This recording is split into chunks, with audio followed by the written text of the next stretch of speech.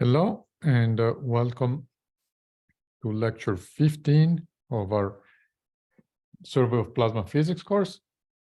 Today we're going to talk something more about inertial confinement fusion. We'll keep on this topic for a little bit longer.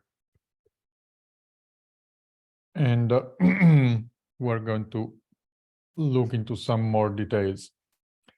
Before we get started with that, I'm going to mention that I'm going to post in the comments or notes, whatever they're called in YouTube, to this lecture, some links of places where you can find some better images and some resources. And I'm also going to do the same on Canvas. It will be even nicer if I could just put images in here, but since this is going on YouTube, there may be copyright issues. So let's not get into any sort of trouble, but I can give you links and you can follow them from the notes or from Canvas.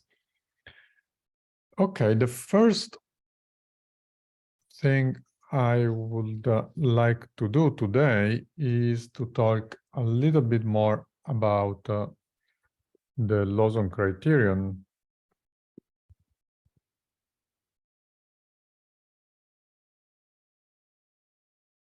You remember we said the Lawson criterion is coming from energy balance, and by requiring that the fusion power be larger than than the sum of all the losses of energy for the plasma, we can obtain a criterion, a prescription for what's called ignition, where the power produced is larger than the power lost. And we did see how inertial confinement fusion and magnetic confinement fusion take very different routes to try to satisfy that criterion.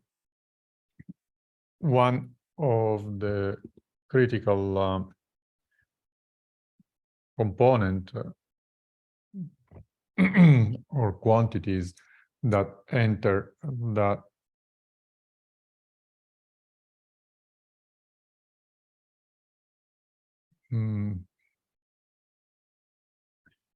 criterion is the energy confinement time tau, and it looks like somehow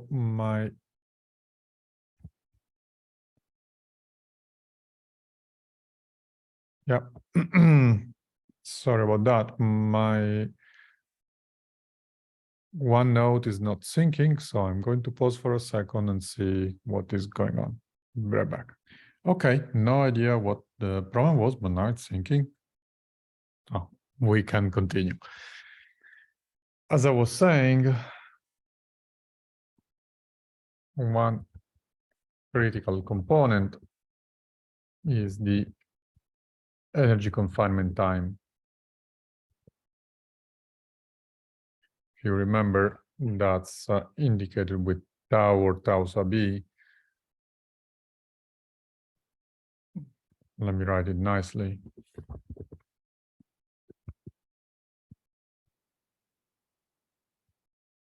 Well, okay, come on. It doesn't always work as intended. All right. Now, for target in ICF, there is way to express the time that the pellet, the fuel assembly, takes to essentially blow apart. And that is called in ICF the disassembly time.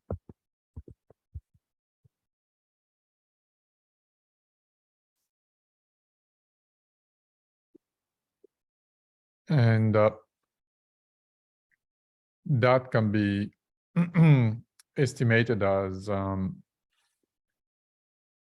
ratio between the size of the pellet, which scales like the radius,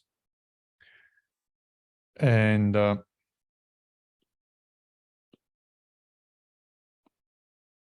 the sound speed. That's the speed with which the pellet will expand.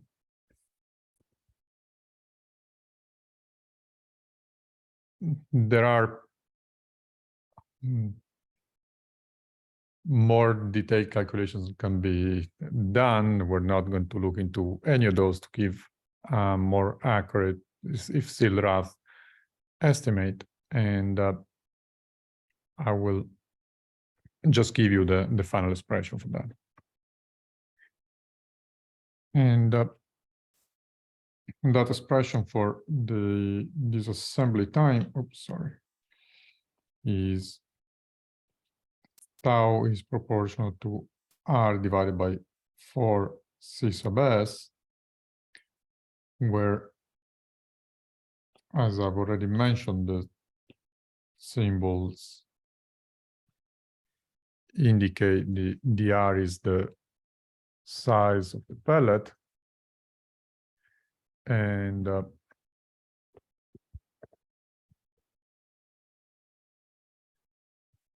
or let me call it target, and C sub S is the sound speed, which is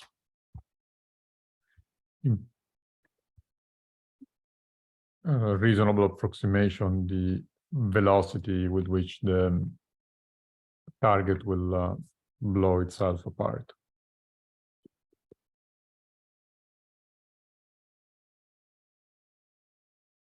Well, then this gives us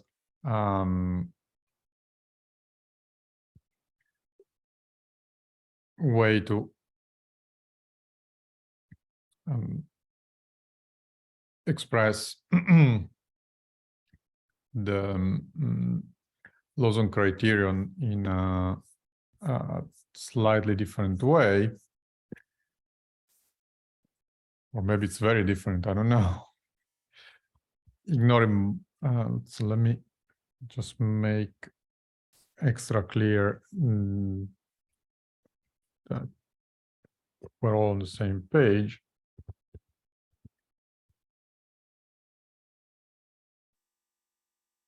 If we ignore Bremsstrahlung, which is a reasonable approximation, but the standard one that makes things just easier, we get that n tau must be larger than 12t. Of course, always be mindful about the units of t, of the temperature, divided by sigma v, remember what that is, times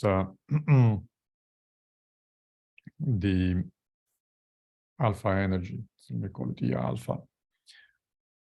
And if I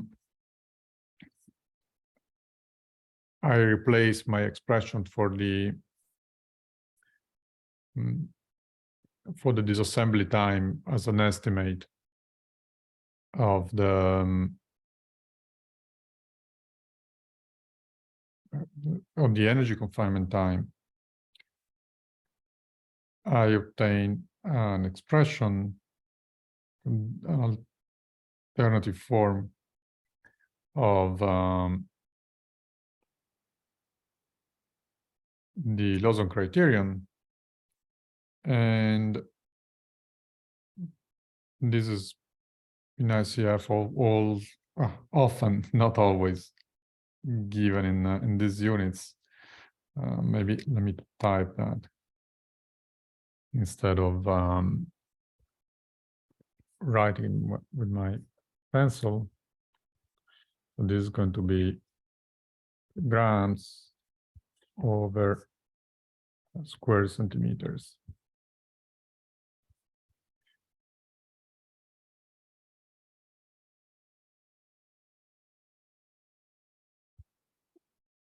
Let's see if the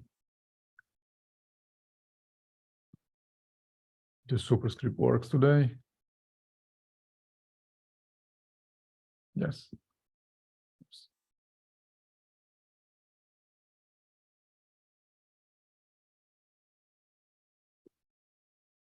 Except that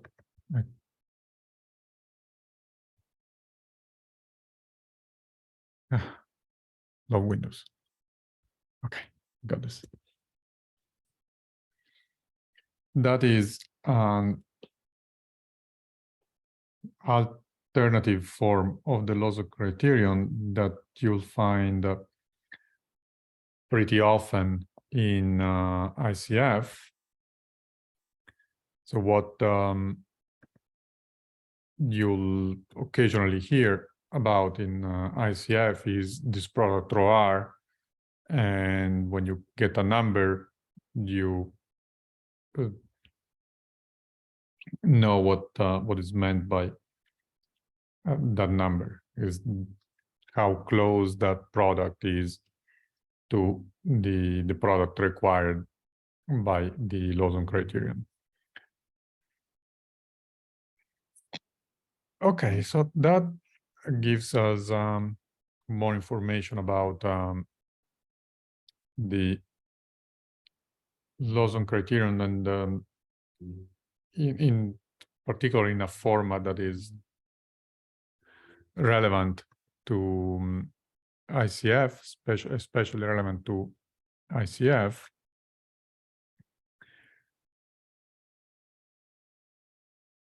Actually, it turns out that rho r in still in the same units can also be used to calculate to estimate the burn fraction. Well, I might as well give you the expression. We're not going to go into the details, I think, about how to get there, but let me type this properly.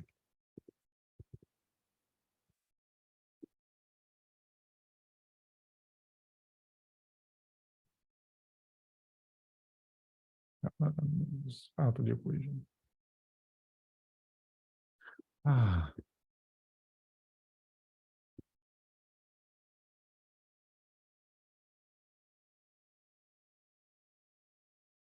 Okay, this also gives an estimate of the burn fraction. The burn fraction is, as you can probably guess, the fraction of the fuel that is actually burned. Ideally, you'll probably want 100%, but whatever the number is, you can estimate it from rho r.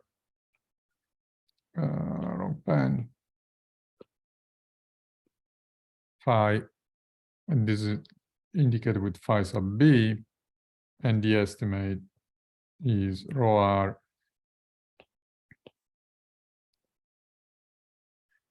over 6 plus rho r, where the units of rho r, I'm just going to write it, are grams over square centimeters. Burn fraction is dimensionless, but that number 6 is going to have units. So this formula works if you're using grams over centimeters square.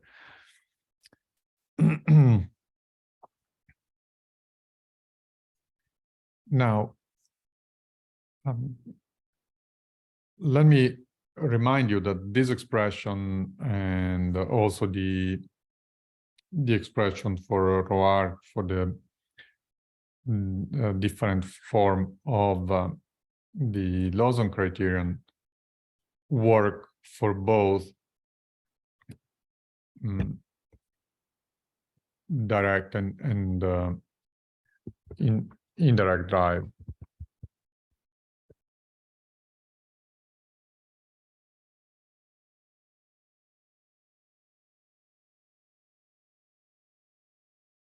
We're here just looking at the target, no matter how I'm compressing it, when it gets to be completely compressed or something like that, we're going to talk a little bit more about that part. I'm going to look at that product ρr, and I'm going to be able to say where we're this close or this far from ignition. Now, one thing that we have to consider is that the Lawson criterion gives some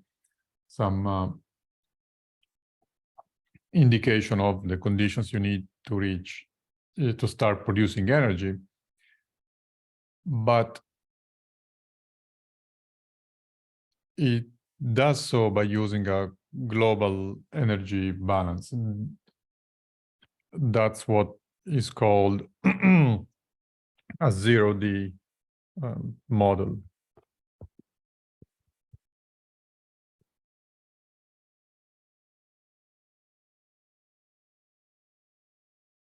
So that's going to give you what is also called point ignition.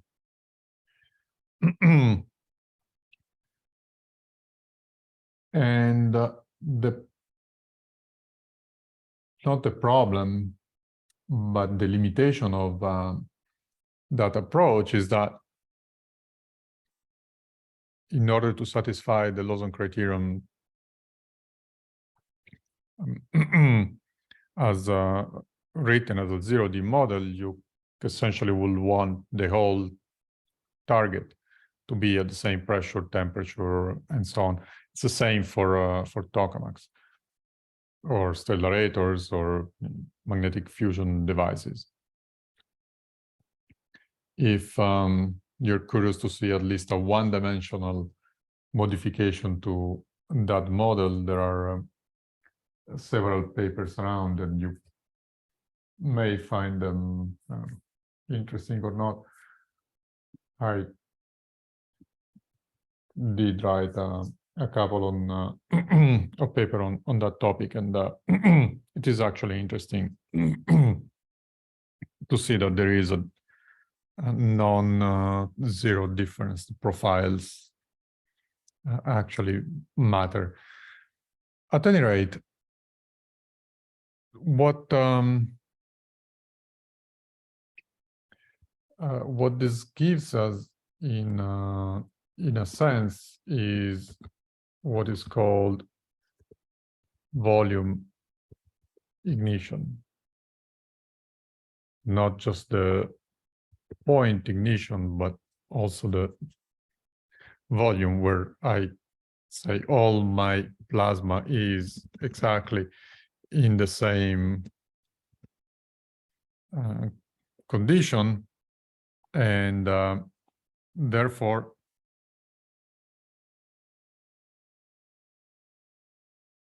I consider my volume as a point,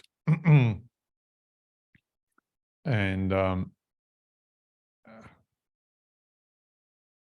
I use the energy balance for the whole volume that way. There is another approach, another way to to ignite the plasma, and that way is to just get one spot at the center of the target to reach ignition conditions. However, we need to define them, but to start producing fusion. And then we will see what is called the burn wave propagate from that point outwards. That point is going to be reasonably in the middle, somewhere in the middle of your target. And a burn wave will propagate outward from that point into the rest of your plasma, of your target. Now, that approach is conceptually similar to what is done in a gas engine, where you have sparks that ignite the fuel. And in fact, some approaches to inertial confinement have additional heating lasers or beams that are carefully calibrated to just reach the center of the target at just the right time to create that spark. That is that initial smaller volume where fusion reactions happen, and let that propagate to then turn on the rest of the plasma. Now, this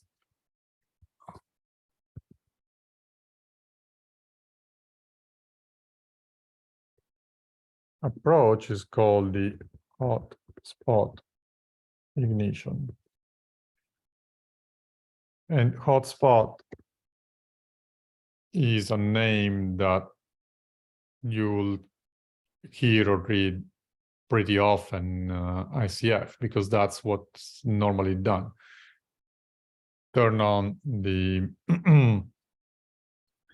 the plasma in some central region and make the fusion work for you by heating and turning on the fusion reactions in the rest of the plasma. You hopefully will believe, and maybe I will ask you to actually go and do the math, that it's going to be, in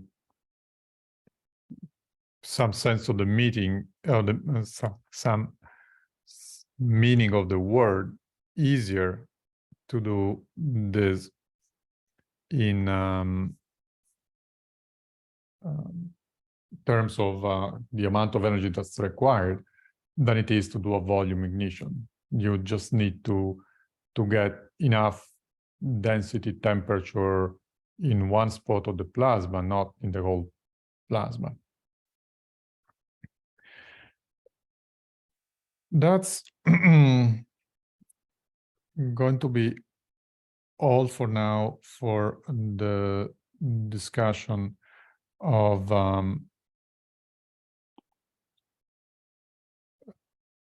the Lawson criterion. I should also mention that there is a lot more work that's been done in ICF about ignition. And if you do a literature search, like Google Scholar will do, and you type in ignition, inertial confinement, fusion, you'll see what I mean.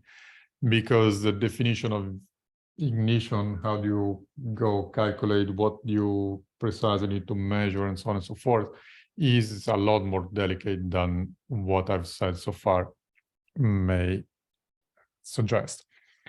But this is good enough for our introduction, and now we'll try and switch to something else. Using my new trick for making straight lines, it kind of works. I'm very impressed.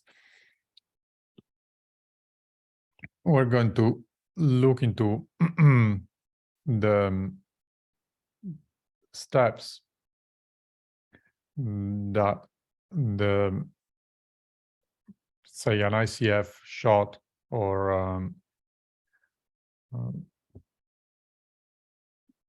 implosion, if you prefer, will require. And I'm going to list them for you, and then we'll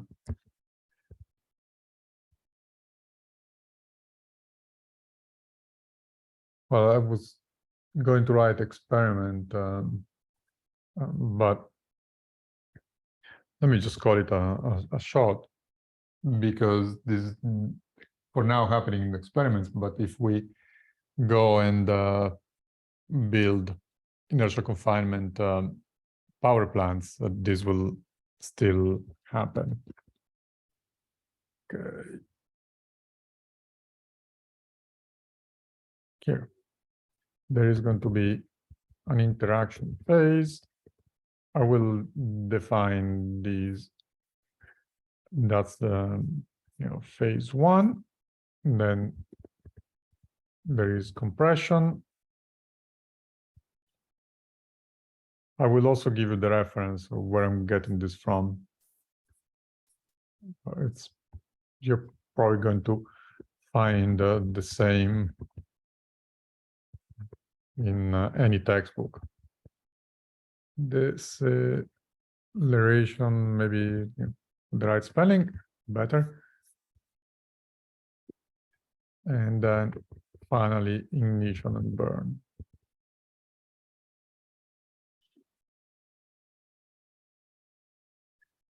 Okay.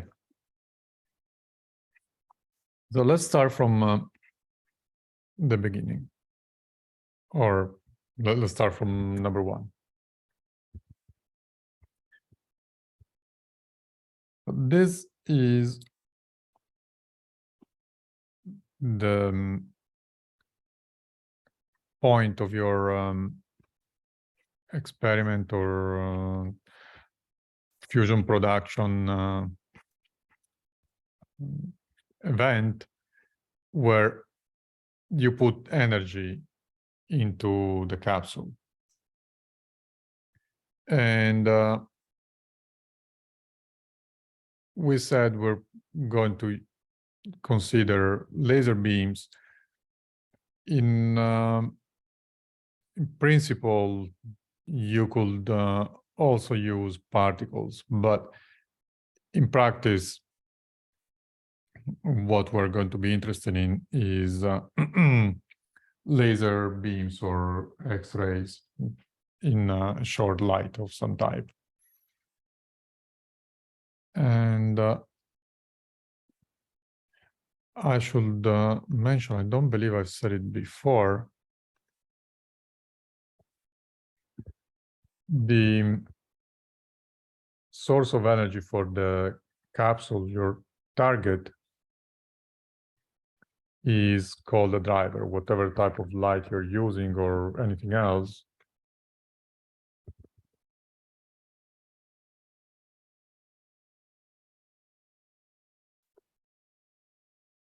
is called the driver. And there is a lot that needs to happen there. We're not going to go into laser plasma interactions. If you look at the course offerings for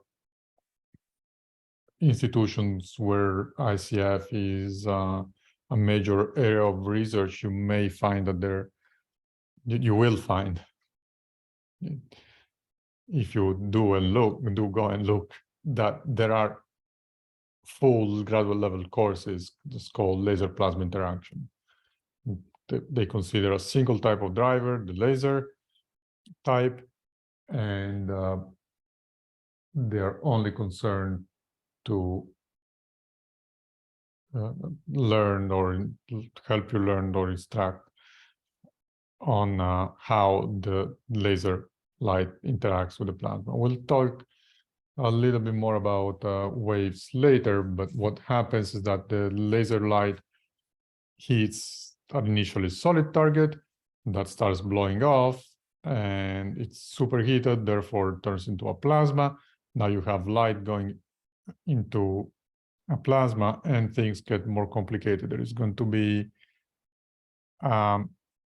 certain density above, that's called the critical density, above which the light will, the laser beam will not be able to penetrate into the plasma. That means that the laser energy actually does not get into the surface after the initial phase, but it gets deposited in the plasma a certain distance away from the physical surface of the target. And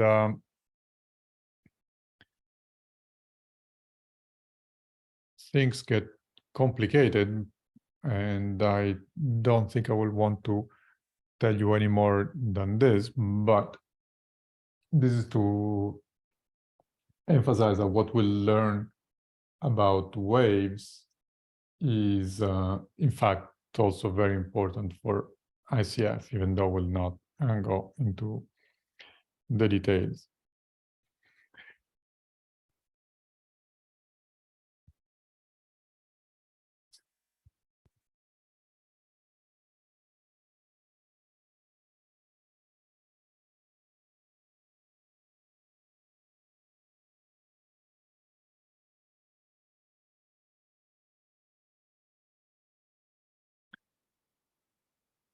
Maybe I can make this, put this in italics to emphasize what it is. Now, we're going to just touch the, again, in very general terms, well, that's horrible, how the whole process works. So I'm going to spend maybe 5 minutes on each of these phases, and at least for now, and then we'll go into some more detail, at least for some of them. Okay, one thing that becomes very important during the compression phase is how uniform the delivery of the energy onto the surface was. That's something that happens in the interaction phase. As we already mentioned in lecture 14, non-uniformities can occur because the beams themselves are not uniform and non-uniform, and there is some microscopic non-uniformity in the way the energy gets to the plasma. And then there is a larger size source of non-uniformity, is the fact that we have a finite number of beams.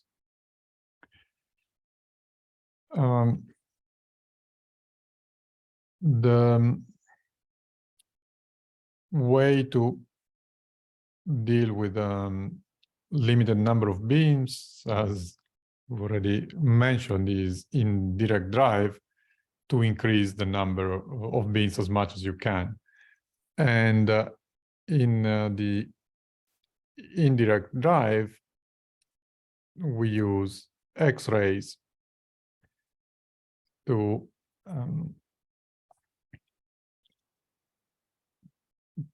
actually heat the plasma. Those are going to be a lot more uniform. And I should mention the whole round, well, the inner surface of the whole round is typically made of high-Z material that, when it's hit by the laser beam, emits X-rays.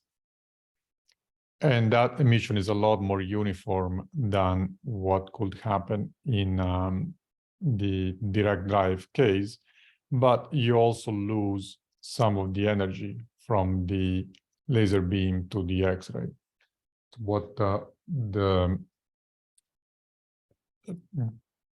interaction phase does is deliver energy to the capsule, and if you introduce this extra step between the laser and the capsule, you only deliver a fraction of the energy of the laser to the capsule itself. That fraction is typically pretty high. It's not 100%, but maybe 80%.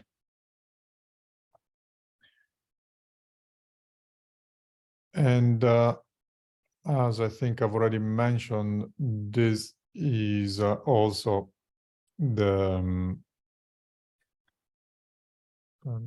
not also this is the way, the method that's used in NIF. NIF is an indirect drive experiment, even though it can be also used for direct drive experiments. And there is no secret there. The indirect drive approach can also be used to learn things about nuclear bombs. And I don't actually know how this is done, and I couldn't tell you if I did, because it's going to be classified. But you may hear that NIF was built with military money, Department of Defense money. That is all true, but I don't see that as having anything to do with the science we're learning for ICF. It's an experiment that's used not only for ICF, but also for something else. Now, there are issues that develop in the compression phase if there are non-uniformities in the illumination, which there always are, because you can't do without. The real world is not perfect, so you cannot be completely free of perturbations or non-uniformities.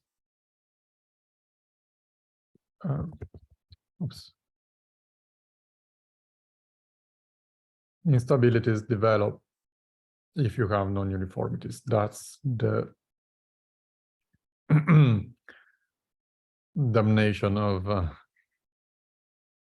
ICF, or maybe one of them, but that is, a big issue that we need to deal with, and that's where a lot of theoretical work is done, figuring out how the instabilities grow and how you can stabilize them.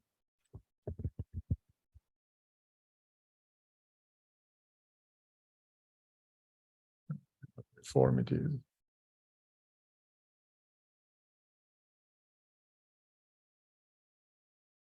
And we will not have time to really get into them, but there are two main classes of instabilities that develop in ICF.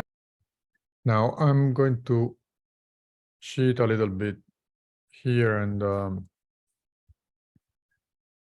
help my spelling by just copying and pasting names.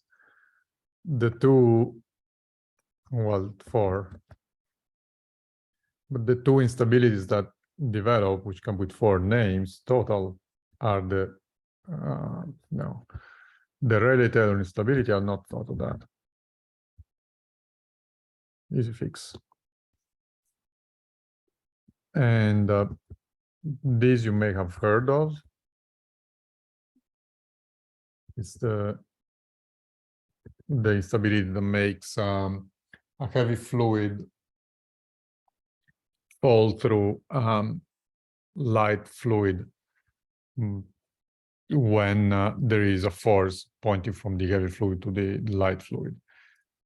Essentially, when you take a glass of water, turn it upside down, the relative instability makes the water fall down.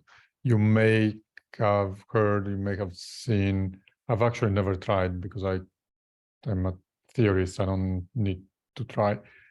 But if you put a sheet of paper on top of a glass full of water, completely full of water, and you turn it upside down, the water will not fall. And that is because the water will remain flat. It does not have a chance to develop the deformation of the surface that causes the relative instability. That is part of the relative instability, and therefore it will just stay there.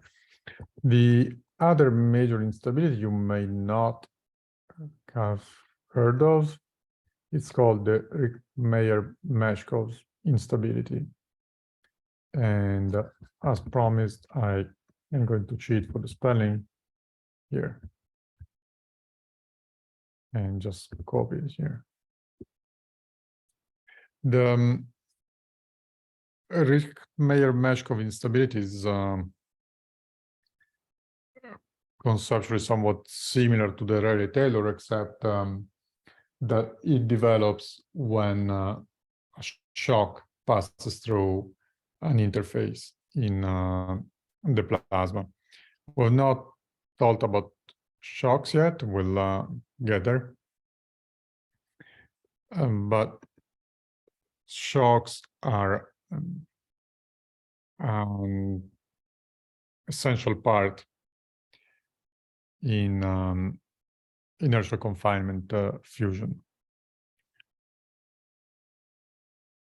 Now, other than instabilities, and again, we're not going to have the time to get into any more detail than this.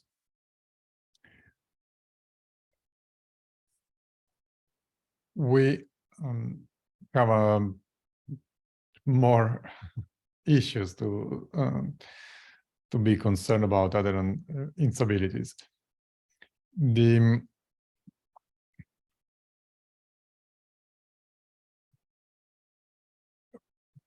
one additional problem is that it is more difficult in the sense that it requires more energy to heat, to compress, a warm fluid than it does to compress a cold fluid. So what we want to do is try to compress without heating. And what can happen is that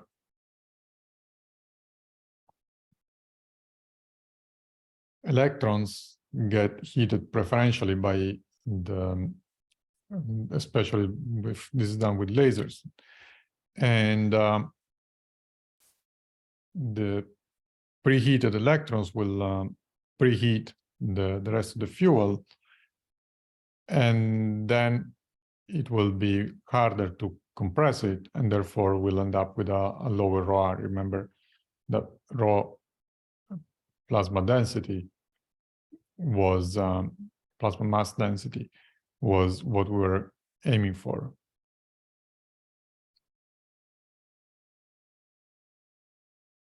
And in fact, this is I think an important or interesting point in ICF that I'm afraid people are not expert, or not that I am an expert, but people that know even less than I do may miss the fact that there are shocks developing in the plasma as you compress it. So let's just go through it for a moment, and then let's try to finish at least these 4 phases for today. First, you shine, let's say, a laser on the surface of your capsule, the capsule is flying in, so getting compressed. This is the compression phase, what we're talking about. And if a shock develops, I will define what a shock is in a moment.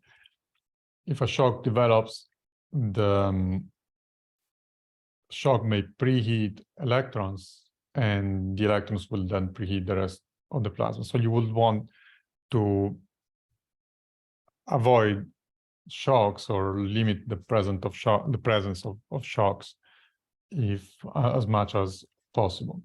Now, a shock is essentially discontinuity that develops in a fluid that is moving faster than the sound speed. That's my very down-to-earth definition of a shock. And the physics of shocks is fascinating and very complicated, very interesting, but we don't have the time to get into it. In principle, you don't need shocks to do ICF. And that's, I think, a misconception. However, it turns out that you can't do without. If you compress the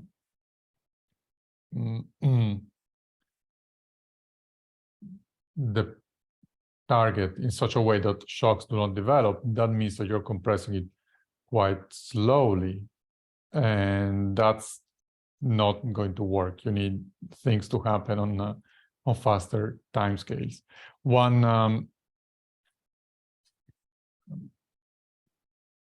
We'll see a little bit of this in the deceleration phase, but one issue is that if the plasma is flowing inward, moving inward very slowly, it will not be able to compress the center of the plasma all that much, and also it will have less inertia when the burn wave starts. When the burn wave starts, the plasma needs to stop moving inward before it can start moving outward. And if it's moving faster, it will take a longer time for it to blow apart. Long story short, you can't do without shocks. Then what is done in ICF when lasers are used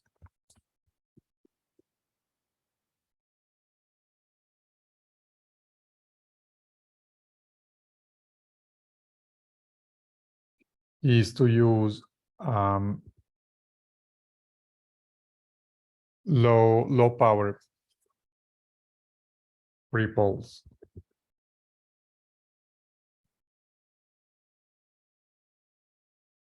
To start moving the plasma. And I wish we had 20 lectures just for ICF. We could go into a lot more detail than this, but in case you ever see a plot and you're going to have source, you're going to have links, a plot of the laser intensity as a function of time, you'll see that there is a little spike at the beginning of the pulse, and then the energy of the pulse increases later. And that pre-pulse is used to pre-compress without preheating the plasma, essentially. Okay, but that's all we can say about this part for now. We'll try to get into, again, some more detail later. Let's move on to the deceleration phase. There's a constant of this course. Everything always takes so much longer because there is always so much fascinating physics happening or to be described. Okay, so when the compression wave, the shocks, or whatever they are, reach the center of the plasma starts slowing down, and as I mentioned earlier, the kinetic energy of the plasma is what's going to cause the compression.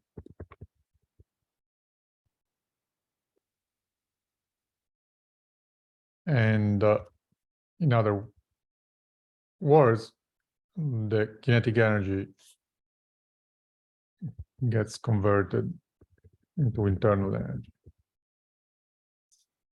That is pressure, density, temperature, measure it as you wish. It turns out, if you do the math, which we're not going to have any chance of doing, that you need pretty high velocities.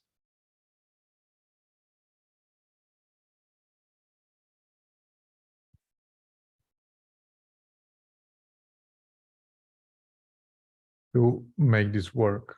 Let's see if this works today. Yes.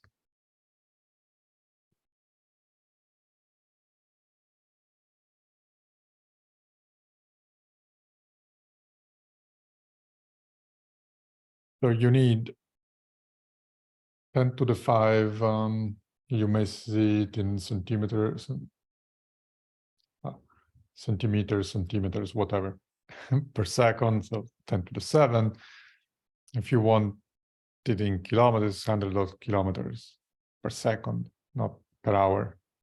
So that those velocities are pretty fast. And this is not a single particle velocity. This is macroscopic velocity. So the plasma is moving inward really fast at peak velocity. And that's the energy that will turn into internal energy.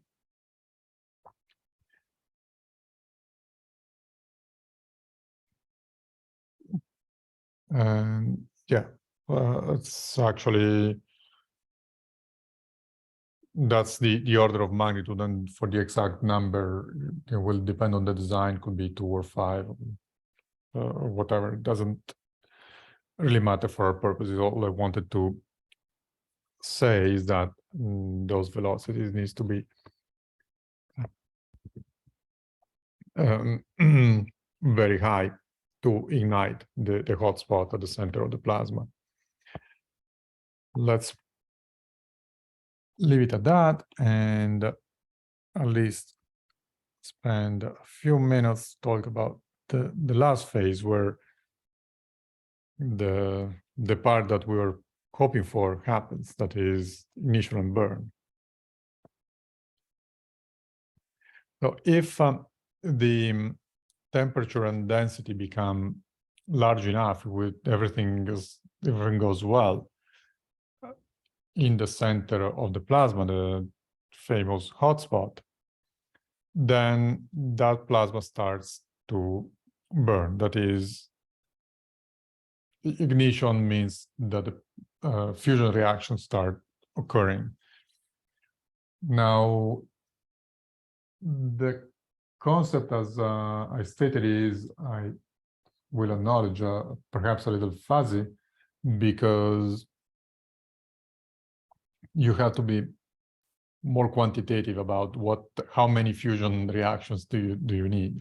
Fusion reactions will happen even if the temperature is relatively low, because you're going to have ions in the tail of your distribution function that are going to be moving fast enough, and so on and so forth.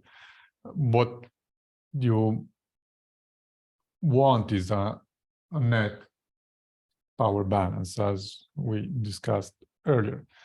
Then the alpha particles that are produced by the fusion reactions in the center, if you have enough, if you have ignition, will start heating this area pretty quickly. And in fact,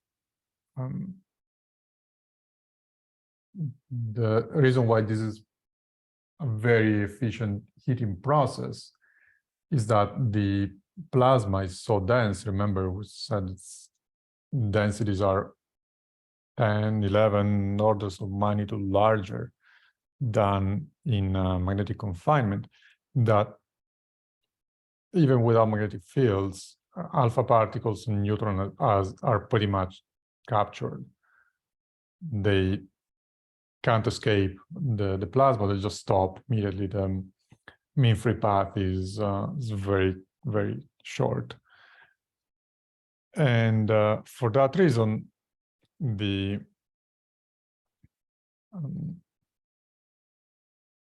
rest of the fuel gets also heated and starts burning. That's what the burn phase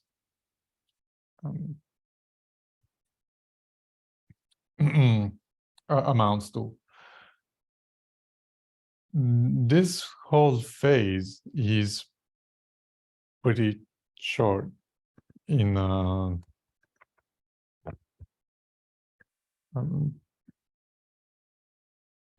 terms of clock time.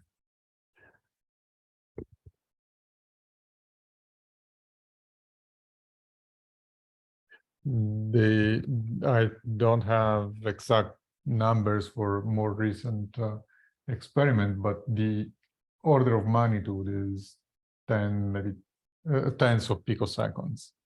So that's an extremely short amount of time. It's a bang that happens from our point of view when the whole process is instantaneous, it takes nanoseconds, but the burn phase is particularly short. Now, one last thing we have time to briefly discuss for today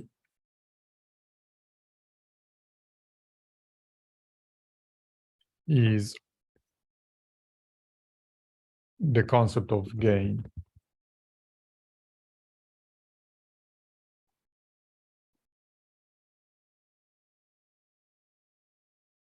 Now, this is, I hope, reasonably intuitive. It's essentially the ratio between the energy coming out of the fusion reactions and the energy that we put in. That's a little fuzzy, but let's see if I can do this by typing.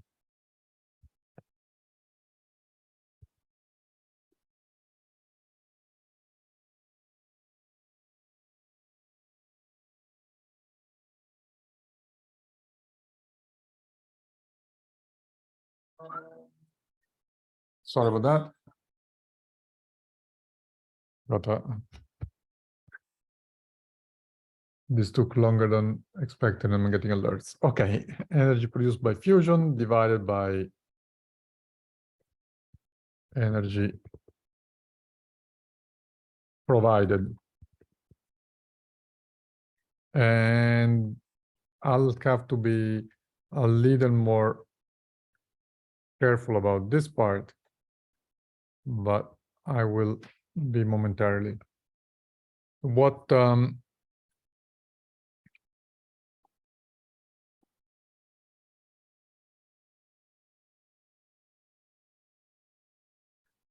we have to be careful about is that where do I measure that energy provided?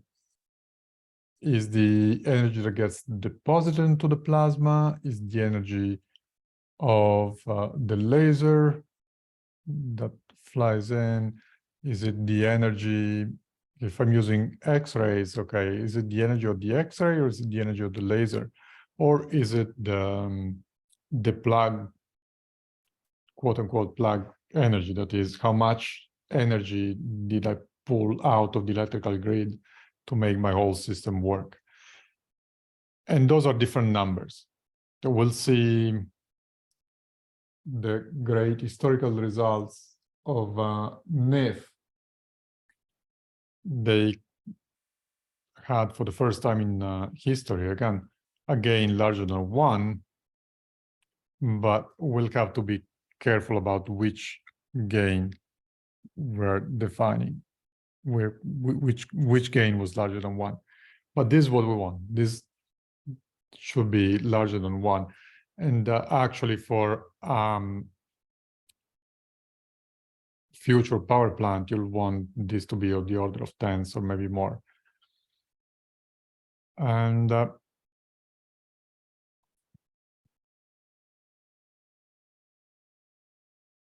I will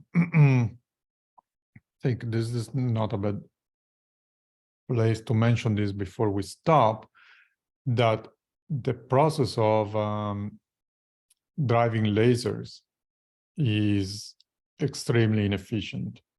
You lose orders of magnitude of energy from what you draw from the grid to start your production of the laser to what actually gets in the laser. And not all of that can actually reach the plasma. Some gets reflected. Or if you're using indirect drive, some just gets lost in the step between lasers and X-rays. So we have still a way to go before we can build inertial confinement power plants. But we're one step closer than we were maybe 1 year ago after the results in NIF. I should also mention, since we're talking about gain and the possibility of building power plants, that another important issue is going to be the repetition rate. We've told, without writing any equations really, about the process of imploding a target, and that target will create fusion reactions and sort of explode and so on. That is all true for a single target. Then you have to think, how am I going to make a power plant? Well, you're going to have to explode targets periodically, same as it happens in the car. Cars don't explode, hopefully, except in movies. But in a gasoline engine, you have the pistons going up and down. So each time the piston goes up or down, there is a burn of some gas into your cylinders. You can have more than one. And the ICF process will kind of do the same thing, have a certain rate of repetition for fusion, mini fusion explosions. And you have to keep in under consideration both how big you can make the explosion without creating any risk, well, and also how big are going to be able to make it, because that's going to depend on your laser driver, and how frequent do you need them to be in order to produce power. And the order of repetition rate is going to be of a few per second, and now we're at the order of a few per day, maybe a couple per day with NIF. So there is some space to go still. Okay, let's close it here, and I will see you back for lecture 16. And thank you.